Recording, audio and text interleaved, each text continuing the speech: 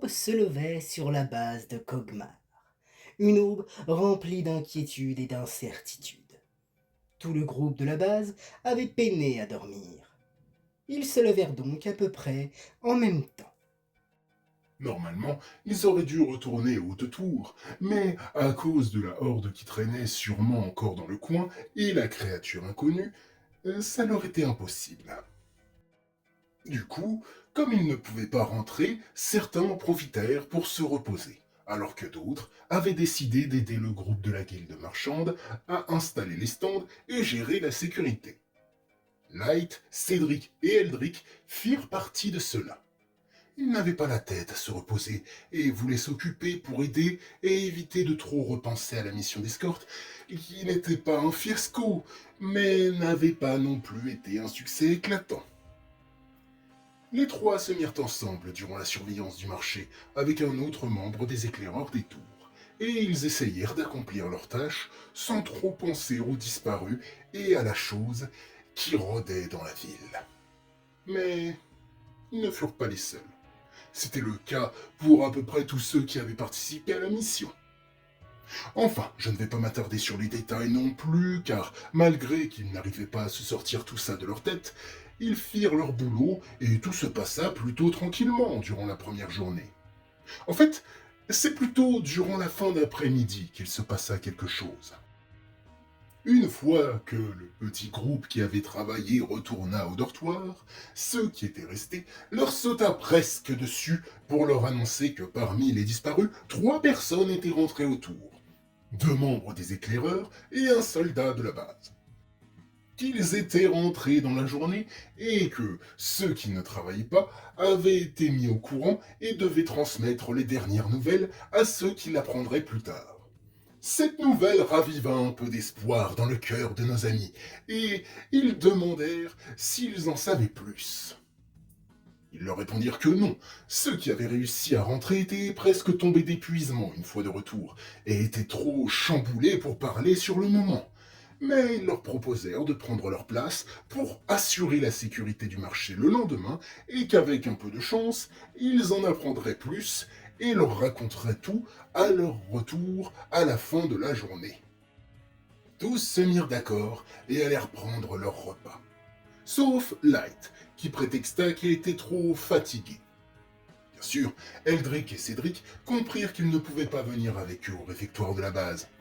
Car oui, si pour le camp des hautes tours, chacun avait son appartement et pouvait cuisiner et se nourrir chacun de leur côté, à la base, les quartiers personnels étaient moins nombreux, et tous mangeaient dans un grand réfectoire pour la plupart. Le père et le fils s'inquiétèrent un peu pour Light et sur l'impact que sa faim aurait sur leur sécurité. Et ils attendirent que le reste du groupe ait commencé à partir pour lui demander s'il voulait qu'il lui ramène quelque chose. Il leur répondit qu'il voulait bien, et qu'au pire, il sortirait ou trouverait un coin tranquille pour manger ce qui lui ramènerait. Ils n'étaient pas beaucoup plus rassurés, mais ils laissèrent là et rattrapèrent le groupe des tours pour aller ensemble prendre leur repas. Light, pendant ce temps, resta allongé sur son lit, à regarder le plafond, attendant le retour de Cédric et Eldrick, la tête remplie de toutes les questions qu'il avait essayé d'occulter durant toute la journée.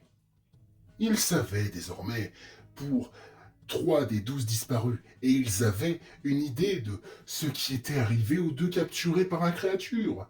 Mais il restait encore 7 personnes dont le destin était encore incertain. Il espérait juste qu'il ne soit pas tombé sur le super croco. Finalement, le groupe finit par revenir, et Cédric donna une pomme et une poire à Light, lui disant que le rationnement était fixe par personne, et qu'ils avaient juste pu garder ça pour lui. Il le remercia et lui répondit qu'il comprenait. Puis, il sortit avec ses fruits, monta sur les remparts qui entouraient la base, et regarda la ville en mangeant un peu précipitamment, au cas où un soldat en patrouille le surprendrait en train de manger sans son masque. Même s'il faisait nuit, il ne voulait pas prendre de risques. Et, une fois fini, il remit son masque. Mais mais son statut d'infecté n'avait pas que des désavantages. Grâce au virus, la nuit lui semblait un peu plus claire, comme si le soleil venait à peine de se coucher alors qu'il faisait nuit noire. Il pouvait donc observer les bâtiments, et en particulier les hautes tours, visibles de là où il était. Ce qui s'était passé durant la mission d'escorte lui semblait étrange. Le timing de l'attaque, pile au moment où les éclaireurs de la base les avaient rejoints, le rugissement sinistre juste avant que la horde débarque, la chose gigantesque qui avait attaqué le groupe en son absence, ça semblait trop gros. Mais et si tout était lié? Il se rappelait des frissons qu'il avait ressentis juste avant le rugissement, cette impression d'être observé en plus d'un autre sentiment qu'il n'arrivait pas à identifier. Il devait en avoir le cœur net, et il ne pouvait pas laisser les autres disparus dans le pétrin. Il prit alors une décision. À ce moment, un garde arriva et lui demanda ce qu'il faisait là. Light lui répondit qu'il était venu réfléchir, mais qu'il allait retourner dans son dortoir, en se levant du rebord de la muraille. Puis, il repartit en souhaitant une bonne soirée au garde, qui lui rendit la politesse, en air un peu perplexe. De retour au dortoir, il alla voir Cédric et Eldrick, et leur demanda de sortir. Ils le regardèrent, soucieux, et le suivirent en dehors du dortoir. C'est dans la lumière émanant de la fenêtre du dortoir, sur le pas de la porte de ce dernier, que Light leur annonça sa décision de partir en mission de sauvetage et d'enquête en solitaire. Ses deux camarades lui répondirent qu'il était inconscient et que c'était hors de question. Mais un rire chaleureux et amusé de Light suffit pour leur faire comprendre que, d'accord ou pas, il irait. Le père et le fils se regardèrent inquiets et un peu exaspérés. Puis, après un soupir, ils lui demandèrent s'il avait au moins un plan. Light leur expliqua, puis, après s'être mis d'accord sur certains détails, ils allèrent se coucher. Cette nuit-là, le sommeil fut plus simple à trouver pour tout le monde, sauf pour Cédric et Eldrick, qui peinèrent un peu plus. Le lendemain, ceux qui s'étaient reposés précédemment partirent pour aider le marché de la guilde, alors que les autres se reposèrent en attendant l'appel des tours. Ce qui finit par arriver un peu avant midi, provoquant une réunion des conseils. Là, Julian raconta ce que les 3 personnes qui avaient réussi à rentrer leur avaient raconté. Ils n'ont réussi à le faire que grâce au sacrifice de certains de leurs camarades. Pour celui qui venait de la base, un de ses confrères et le deuxième membre manquant de l'escorte s'étaient fait avoir par une partie de la horde en fuyant dans une ruelle. Le passage étant étroit, le reste de la horde, bloqué par ceux en train d'attaquer les 2 pauvres malheureux, n'avait pas pu passer, et il a pu s'enfuir. Puis, il a fini par retrouver les 2 membres des tours traumatisés après qu'ils aient échappé à la créature qui les avait trouvés, et avait capturé 2 autres de leurs camarades qui leur ont ordonné de fuir. Julian précisa qu'ils n'ont pas pu obtenir plus de détails, les rescapés entrant dans des crises de panique si on les faisait trop penser à ce moment. Tous ceux qui écoutaient Julian parler à travers la radio se regardèrent avec des frissons d'effroi en imaginant l'abomination à laquelle ils ont dû faire face. Puis, Light et Eldrick en profitèrent pour annoncer le plan de Light à Julian et aux 2 conseils. Light allait partir de la base, tout seul, et allait d'abord vérifier si la horde tournait toujours autour de cette dernière, et, si c'était le cas, il tenterait de l'éloigner. Puis, une fois cela fait, il irait vérifier l'état de la route sécurisée pour le départ de la guilde quand elle quitterait la ville.